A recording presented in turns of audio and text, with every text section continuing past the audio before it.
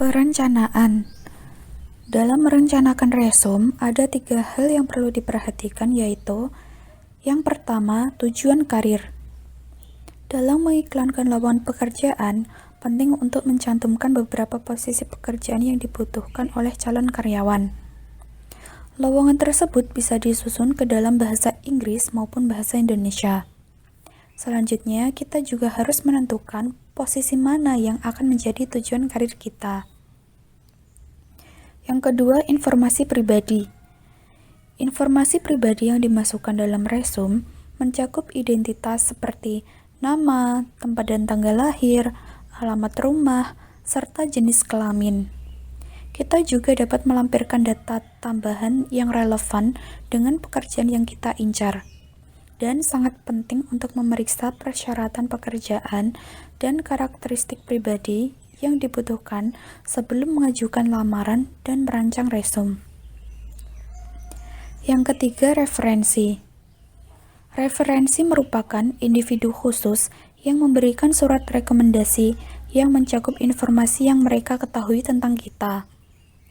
Para penyedia referensi ini akan meningkatkan tingkat kepercayaan kepada referensi yang diberikan.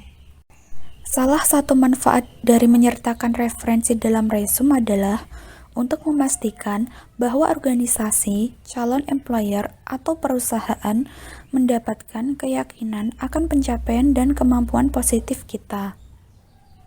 Pencarian informasi. Sebelum menyusun resume, langkah pertama adalah mencari informasi yang esensial untuk memahami harapan perusahaan terhadap kandidat ideal dalam bidang tersebut. Yang pertama, analisis diri.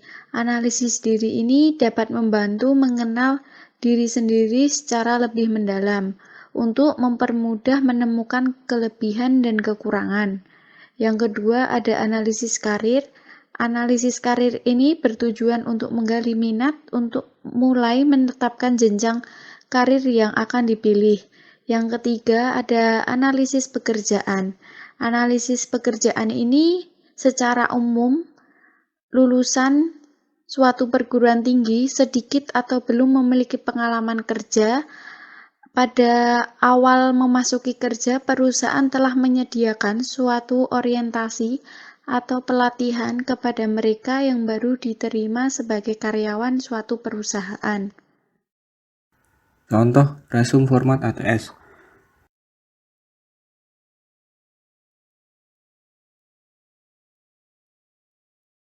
Yang pertama, menggunakan font yang umum dipakai seperti Arial, Georgia, dan level 3. Yang kedua, tidak menggunakan header dan footer. Hal ini dilakukan karena akan menambah bagian yang tidak perlu di resume. Kemudian yang ketiga, menggunakan bullet point yang sederhana agar software pembaca resume tidak kebingungan membaca poin-poin di resume. Yang keempat, menggunakan keywords yang relevan agar mendapat skor lebih baik saat dibaca oleh software pembaca resume.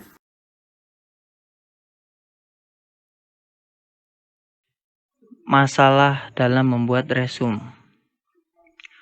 Menyusun resume yang efektif bisa menjadi tugas yang menantang. Resume memberikan kesempatan unik untuk menciptakan kesan positif dan memperoleh peluang wawancara pekerjaan yang diinginkan.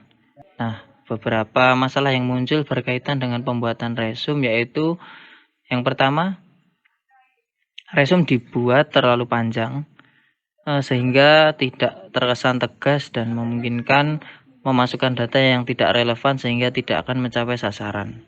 Yang kedua, resume ditulis terlalu singkat sehingga tidak memberikan informasi atau data yang cukup bagi pembaca untuk melakukan penelaahan lebih dalam. Yang ketiga, format penulisan resume kurang baik. Inden tidak konsisten, kurang memperhatikan tanda baca dan sejenisnya, sehingga isi resume sulit dimengerti.